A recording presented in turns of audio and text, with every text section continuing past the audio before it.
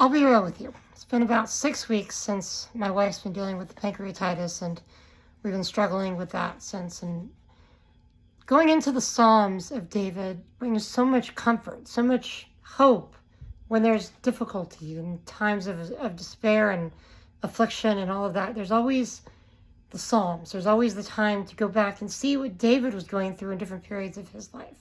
And the king would write messages to the people as ways of gathering them together to remind them of who God is, remind them of what God has done and is going to continue to do. So I just want to read through a few verses of this psalm today and tomorrow. And this is all 2 Samuel 22. You can also go to Psalm 18. Pretty much just the same thing, just altered a little bit to be more of a public psalm of worship. Here it's more personal. David speaking the song to the Lord in the day that the Lord delivered him from the hand of all of his enemies and from the hand of Saul. He said, "The Lord is my rock and my fortress and my deliverer, my God, my rock in whom I take refuge, my shield and the horn of my salvation, my stronghold, my refuge, my Savior. You save me from violence.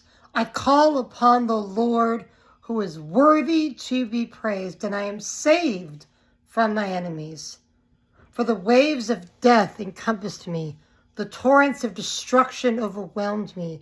The cords of Sheol surrounded me, and the snares of death confronted me. In my distress, I called upon the Lord. Yes, I cried to my God. From his temple, he heard my voice. My cry for help came into his ears.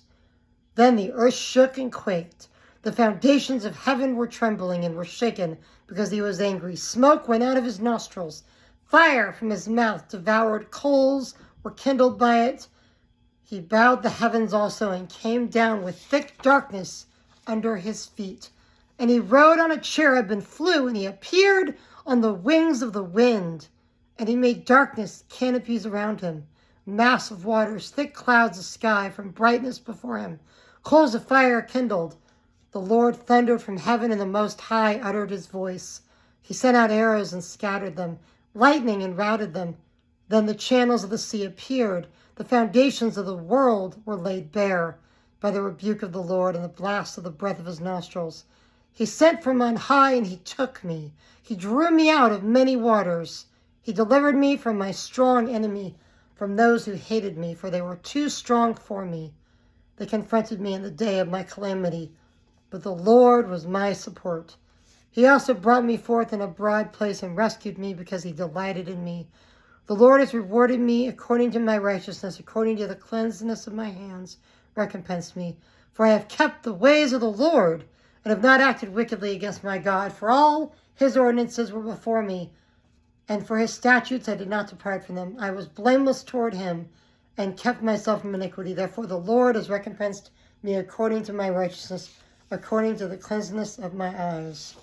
That's just the first 25 verses, but you can see why some people call that a messianic psalm, very much telling of possibly the day that Jesus brings final judgment upon the earth, but it's also the Lord intervening in our lives when we need him, which is always. There's never a time when we don't need the Lord to intervene. So read the Psalms, this one and many others, when you have that time of need, when you need the Lord to show up. He will show up in your circumstances. God bless you, my friend. Thank you for listening.